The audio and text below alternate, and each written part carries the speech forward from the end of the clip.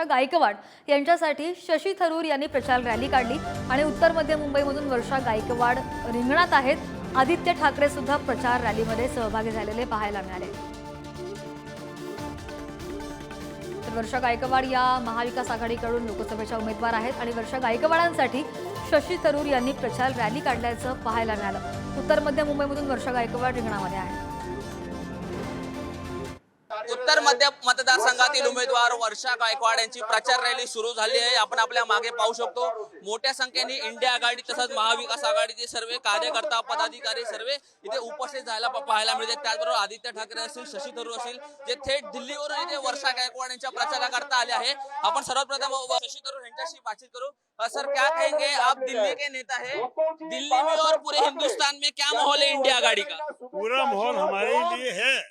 हम देख रहे हैं कि लोग संतुष्ट नहीं है इस भाजपा सरकार से, वो बदलाव चाहते हैं और हम काफी श्योर हो गए, निश्चित हो गया कि जून 4 को सरकार बदलेगी। अब हम यहाँ मुंबई में वर्षा जी को हमारी उनकी जीत चाहिए, क्योंकि हम चाहते हैं कि वर्षा जी की आवाज, एक शख्स महिला की आवाज लोकसभा में सुनाई दे और मुंबई के जो सारी चिंते हैं वहाँ सुनाई देना चाहिए। इसलिए हम चाहते हैं कि वो जीत के आए। वर्षा काय सांगाल, आज शशी थरूर स्वतः आलेत, आदित्य ठाकरे जी स्वतः आलेत, तुमच्या विरोधात जवळपास एक 27 उमेदवार आहेत, त्यातील 15 उमेदवार हे मुस्लिम समाजातून येतात। याचा फटका तुम्हाला पडू शकतो का? बिलकुल, प्रत्येकाला लढण्याचा अधिकार आहे, मी सुरुवातीपासून सांगत आले। परंतु आमच्या बरोबरीने महाविकास आघाडी, इंडिया अलायन्स आणि आज आदित्य ठाकरे साहेब, शशी थरूर साहेब आले, त्यांच्या येणारे कार्यकर्त्यांमध्ये खूप मोठ्या प्रमाणामध्ये